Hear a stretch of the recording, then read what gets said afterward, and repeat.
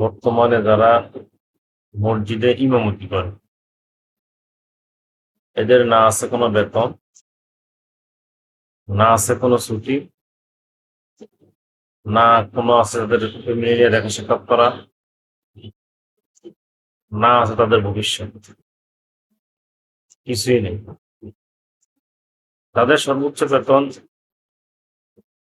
বেশিরভাগ যারা গ্রামে থাকেন, তাদের সর্বোচ্চ বেতন 3 থেকে 10,000 টাকা, সর্বোচ্চ বেতন। এর মধ্যে কোনো ছুটি নেই। ইমাম চলবে কিভাবে? ইমামের ছুটি দেয় না সরকারি ভাবে, এমনি তো প্রতি শুক্রবার শনিবার ছুটি আছে। বছরে একটা সরকারি লোক বা একটা কোম্পানির লোক 175 দিন ছুটি পায়। এটা হলো সরকার থেকে পাওনা, শুক্র শনিবার, মাসে 8 দিন। কিন্তু আপনি একটা ইমামকে যখন নিয়োগ দেন, তখন মনে হয় ইমাম আপনার গোলাম হয়ে যায়। আপনি ইমামের ছুটি নির্ধারণ করে দেন মাসে 3 দিন। এটা কি সে কি আপনার বাবা চাকরি করে? আপনার বাবা চাকরি করে, আপনার ছুটি তাদের কি ছুটি লাগে না? আর তারা তো শুক্র শনিবার তো ছুটি পাও না। তো বর্তমানে ইমামদের উপরে এমন নির্যাতন করে ছুটি নিয়ে, তাদের বেতন নিয়ে, বেতন দিতেছে না। যদিও বেতনটা 10,000, এই বেতনটা খুঁজে মুজে বহুত কষ্টে বেতন দিতে হয়। তো আমি মনে করি ইমাম সাহেবরা এই সমস্ত চাকরি ছেড়ে দিয়ে অন্তত একটা ব্যবসা নিয়ে বসেন।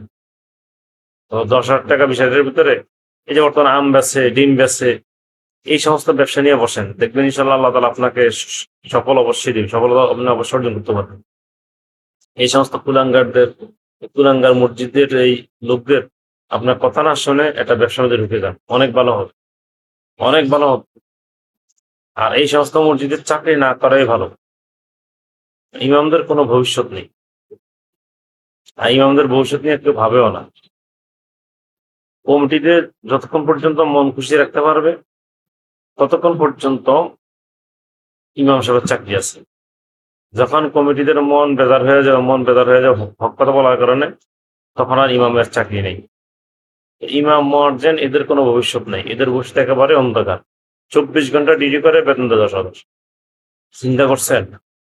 একটা লোক কোম্পানির ভিতরে যদি 8 ঘন্টা ডিউটি করে, তার বেতন 50,000, 60,000। তারপর যদি 1 ঘন্টা বেশি করে, এটা ওভারটাইম, এটার টাকাটা আলাদা দিয়ে দিতে হবে। আর ইমাম সাহেব 24 ঘন্টা ছুটি, 24 ঘন্টা ডিউটি করে, মাস শেষে কোনো ছুটি নেই, কিছুই নেই। আরো কত হামকি দুমকি বহুত কিছু আছে এর ভিতরে, কিন্তু বেটার কোনো কি নেই, ছুটি নেই, বেতনও ঠিক মতো নাই। আর উপযুক্ত কোনো বেতনও নেই। তা আমি বলবো যে সমস্ত মসজিদের কুলাঙ্গার কমিটিতে এগুলা করেন, এরকম করতেছেন, আর দুটা বেতন দিয়ে ইমাম সাহেবের মানে কিনে হলাইছেন, বহুত কিছু মনে করতেছেন। আমি বলবো এই যে সমস্ত ইমামদেরকে অতি দ্রুত চাকরি ছেড়ে দিয়ে ভাই আপনার একটা ব্যবসা বাণিজ্যের রাস্তা ধরেন, ভবিষ্যতে অনেক কিছু করতে পারেন ইনশাআল্লাহ।